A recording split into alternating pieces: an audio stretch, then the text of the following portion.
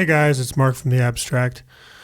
I wanted to take this tutorial to describe to you the difference between stable chords and unstable chords. You really can hear the difference between a chord that is stable and a chord that is unstable. And if you can identify that, you are better able to use certain chords in certain ways when you're writing your own songs. Usually unstable chords tend to want to go somewhere sonically, whereas stable chords are more, for lack of a better word, stable. They don't really need to go anywhere unless you want them to go anywhere. So let me take a second to create some stuff. I'm going to create an empty MIDI region by right-clicking. We'll extend it for 4 bars. I'm going to click inside, and I'm going to create a chord. Well, let's do a G major chord. So I'm going to create a note on G,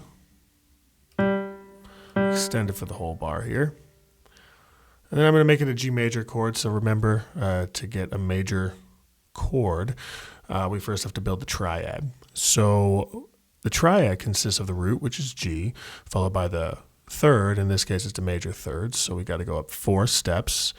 1, 2, 3, 4. And then we need the perfect fifth, which will take us here. And then I'm going to double the root. And you'll hear what a stable G major chord sounds like. Now, after hearing it, you definitely can identify that it's stable. If you chose to end your song on a chord like this, that would be perfectly fine because it doesn't really have the pull. It doesn't really sound like it needs to go anywhere else. But what would happen if I were to make this a dominant 7th chord? To create a dominant 7th chord, all I have to do is drag the doubled root note down a whole step to get a minor 7th interval between the root and this note.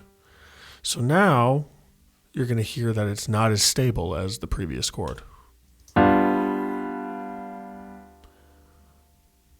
It makes you feel that we need to go somewhere else. So let me go somewhere else.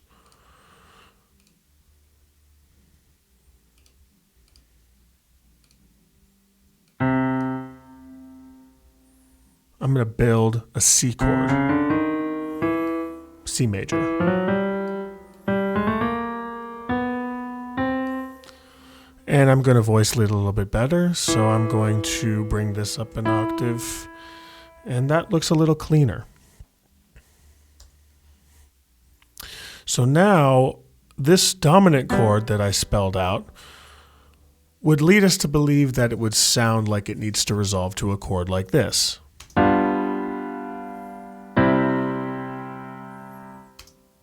Or a chord like this.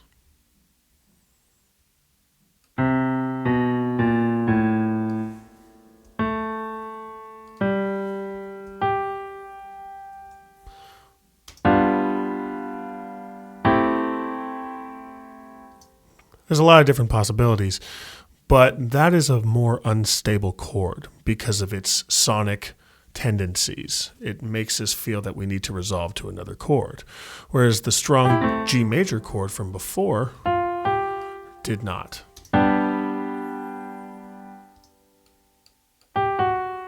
And now dominant 7th one more time. Hopefully you can hear the difference and are understanding what I'm talking about. Okay, so that's a little bit about stable versus unstable chords. Stay tuned for the next lesson.